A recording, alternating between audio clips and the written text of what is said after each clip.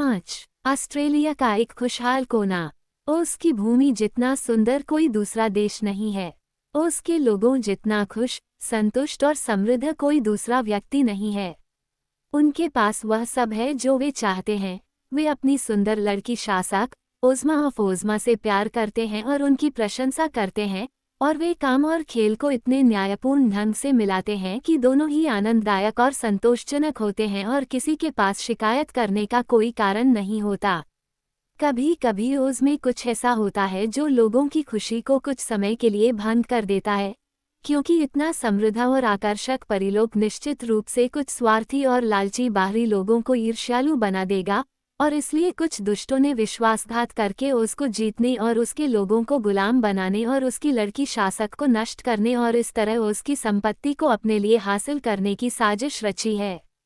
लेकिन उस समय तक जब क्रूर और चालाक नोम रगगेडो ने किकियरू युब के साथ साजिश रची, तब तक ऐसे सभी प्रयास विफल हो गए थे। ओस के लोगों को किसी खतरे का अंदेशा नहीं था। दुनिया के सबसे अच्छे परिलोक में जीवन आनंदमय, खुशहाल दिनों का एक दौर था। ओज़मा के प्रभुत्व की राजधानी ओस के एमरल्ड सिटी के केंद्र में एक विशाल और खूबसूरत बगीचा है, जो चमकदार पन्नों से जड़ी दीवार से घिरा है, और इस बगीचे के केंद्र में ओज़मा का शाही महल है, जो अब तक निर्मित सबसे शानदार इमारत है। 100 मीनारों और गुंबदों से ओस के झंडे लहरा रहे थे, जिसमें ओज़मी, मंचकिंस, गिलिकिन, विनकी और क्वाडलिंग शामिल थे। मंचकिंस का झंडा नीला है, विनकी का पीला, गिलिकिन का झंडा बैंगनी है और क्वाडलिंग का झंडा लाल है। एमरल्ड सिटी का रंग बेशक हरा है। ओज़मा के अपने झंडे का केंद्र हरा है और यह 4 भागों में बंटा हुआ है। ये भाग नीले, बैंगनी, पीले और लाल रंग के हैं। हालांकि ये परिलोक इतना बड़ा है कि इसकी लड़की शासक को अभी तक इसके बारे में सब कुछ पता नहीं है, और ऐसा कहा जाता है कि देश के कुछ दूरदराज के हिस्सों में, जंगलों और पहाड़ी किलों में, छिपी हुई घाटियों और घने जंगलों में ऐसे लोग और जानवर हैं जो ओज़मा के बारे में उतना ही कम जानते हैं जितना वो उनके बारे में जानती है। फिर भी ये अज्ञात विषय उसके ज्ञात निवासियों की तुलना में लगभग उतने अधिक नहीं हैं, जो एमरल्ड सिटी के पास के सभी देशों में रहते हैं। वास्तव में मुझे यकीन है कि यह बहुत लंबा समय नहीं होगा जब तक कि ओस की परिलोक के सभी हिस्सों का पता नहीं लगाया जाता है और उनके लोगों को उनके शासक से परिचित नहीं कराया जाता है, क्योंकि ओज़मा के महल में उसके कई दोस्त हैं जो इतने जिज्ञासु हैं कि वे लगातार नए और असाधारण स्थानों और निवासियों की खोज कर रहे हैं। ओज़ में इन छिपी हुई जगहों की सबसे ज्यादा खोज करने वालों में से एक डोरोथी नाम की एक छोटी कैंसस लड़की है, जो ओज़मा की सबसे प्यारी दोस्त है और रॉयल पैलेस के आलीशान कमरों में रहती है। डोरोथी वास्तव में ओस की राजकुमारी है, लेकिन उसे राजकुमारी कहलाना पसंद नहीं है, और क्योंकि वह सरल और प्यारी है और एक साधारण छोटी लड़की के अलावा कुछ भी होने का दिखावा नहीं करती है, इसलिए उसे हर कोई बस डोरोथी कहता है, और वह ओज़मा के बाद पूरे ओस की भूमि में सबसे लोकप्रिय व्यक्ति है। एक सुबह डोरोथी महल के हॉल को पार करके ट्रॉट नाम की एक और लड़की के दरवाजे पर दस्तक दी, जो ओज़मा की मेहमान और दोस्त भी थी। जब डोरोथी को अंदर आने के लिए कहा गया, तो उसने पाया कि ट्रॉट के साथ एक बूढ़ा नाविक था, जिसके एक पैर में लकड़ी और एक मांस का पैर था, जो खुली खिड़की के पास बैठा था और मकई के पाइप से धुआं उड़ा रहा था। इस नाविक का नाम कैप्टन बिल था, और वह ट्रॉट के साथ उसकी भूमि पर गया था और उसका सबसे पुराना और सबसे वफादार साथी और दोस्त था। डोरोथी को भी कैप्टन बिल पसंद था, और उसका अभिवादन करने के बाद उसने ट्रॉट से कहा, तुम्हें पता है, ओज़मा का जन्मदिन अगले महीने है, और मैं सोच रहा हूँ कि मैं उसे जन्मदिन के उपहार के रूप में क्या दे सकता हूँ। वो हम सबके लिए इतनी अच्छी है कि हमें निश्चित रूप से उसका जन्मदिन याद रखना चाहिए। ये सच है, ट्रॉट ने सहमति जताई। मैं भी सोच रहा था कि मैं ओज़मा को क्या दे सकता हूँ।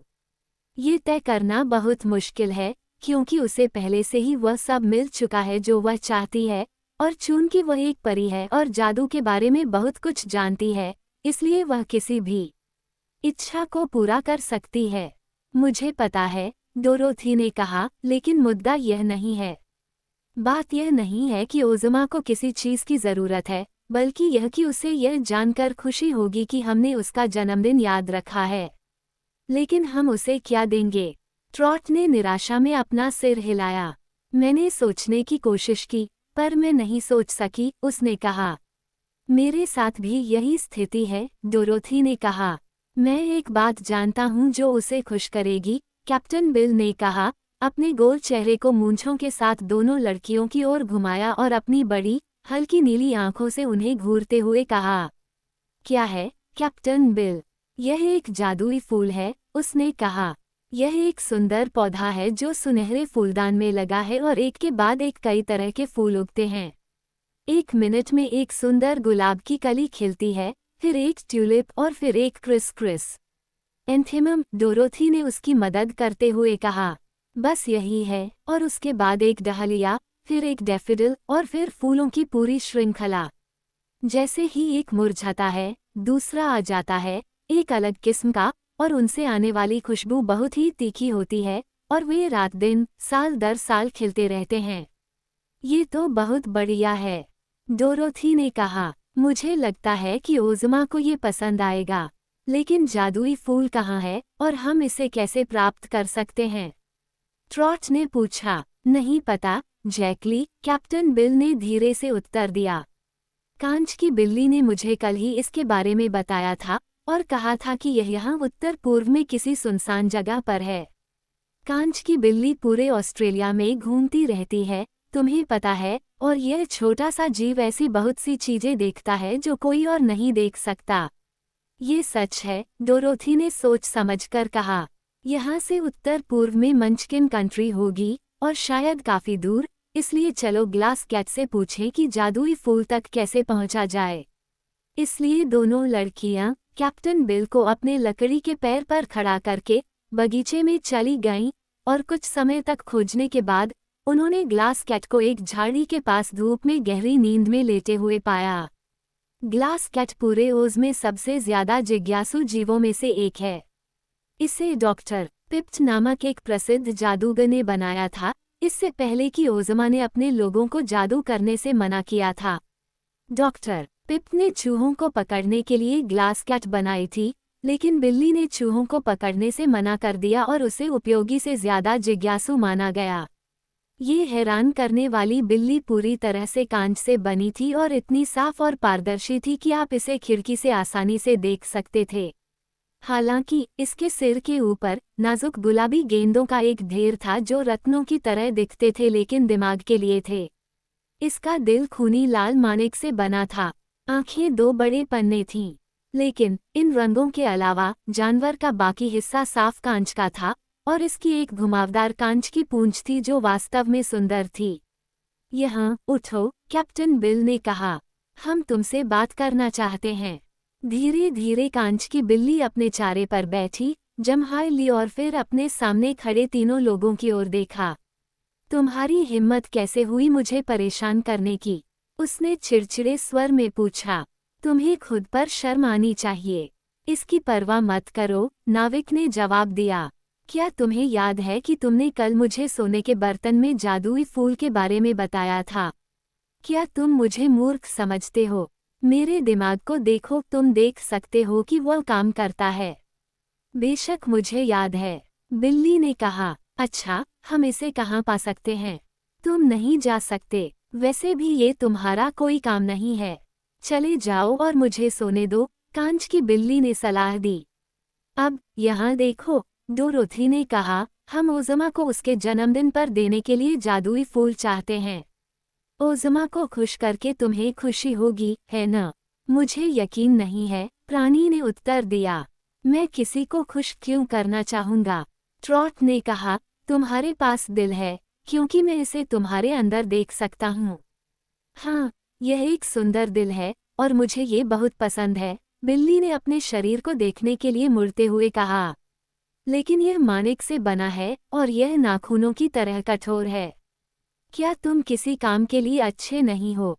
ट्रॉट ने पूछा। हाँ, मैं देखने में बहुत सुंदर हूँ, और यह बात तुम्हारे बारे में तो कही ही नहीं जा सकती, प्राणी ने उत्तर दिया। ट्रॉट इस पर हंस पड़ा, और डोरोथी, जो ग्लास कैट को अच्छी तरह समझती थी, ने शांतिपूर्वक कहा।